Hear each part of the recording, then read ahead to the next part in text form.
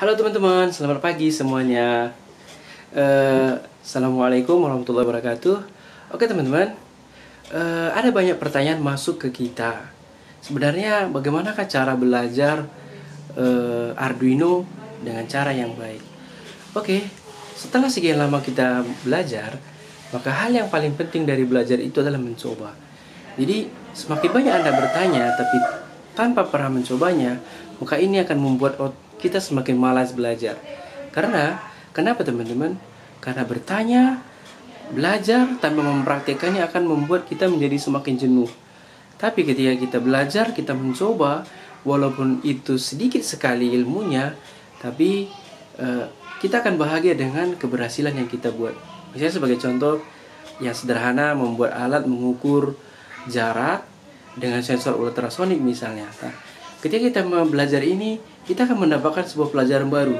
Oh, ternyata begini ya cara kerja ultrasonik ini ya. Oh, ternyata begini ya cara menampilkan LCD-nya.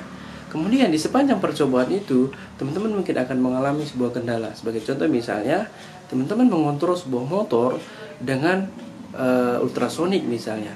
Tapi ketika motor berjalan, maka LCD menjadi error, atau misalnya pembacaan ultrasonik menjadi tidak bagus.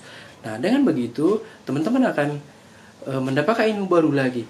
Bagaimana sih caranya agar ultrasonik bekerja dengan baik, motor bekerja dengan baik, kemudian LCD juga tidak error. Nah, ketika teman-teman belajar dengan seperti ini, maka teman-teman akan menjadi lebih paham lagi dan lebih mudah lagi.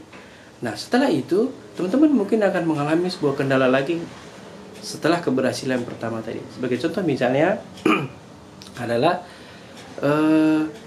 masalah motor. Oke. Bagaimana dengan kecepatan motor itu? Bagaimana dengan motor yang lambat?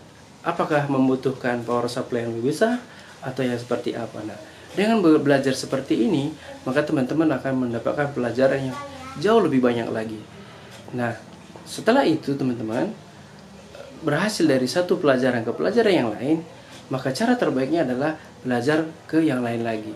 Misalnya setelah teman-teman berhasil memprogram ultrasonik, maka selanjutnya teman-teman belajar misalnya modul GSM. Nah, di awal-awal mungkin teman-teman akan belajar lagi di sana. Seperti saya teringat waktu itu ketika saya belajar pertama kali tentang modul SIM800.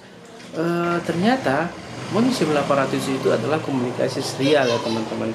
Jadi baud rate-nya itu sangat berpengaruh, kemudian konsumsi arusnya juga mempengaruhinya.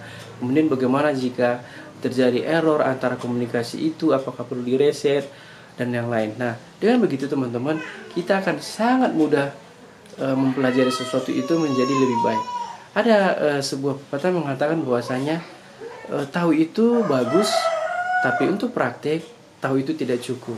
Kita harus menjadi ahli dan kita tidak akan bisa menjadi ahli jika kita tidak mencoba yang tersebut. Oke teman-teman, sekian dulu tips kita bagaimana cara belajar yang baik, terutama di sini adalah belajar hardware dengan yang baik. Sekian dulu teman-teman, semoga bermanfaat. Assalamualaikum.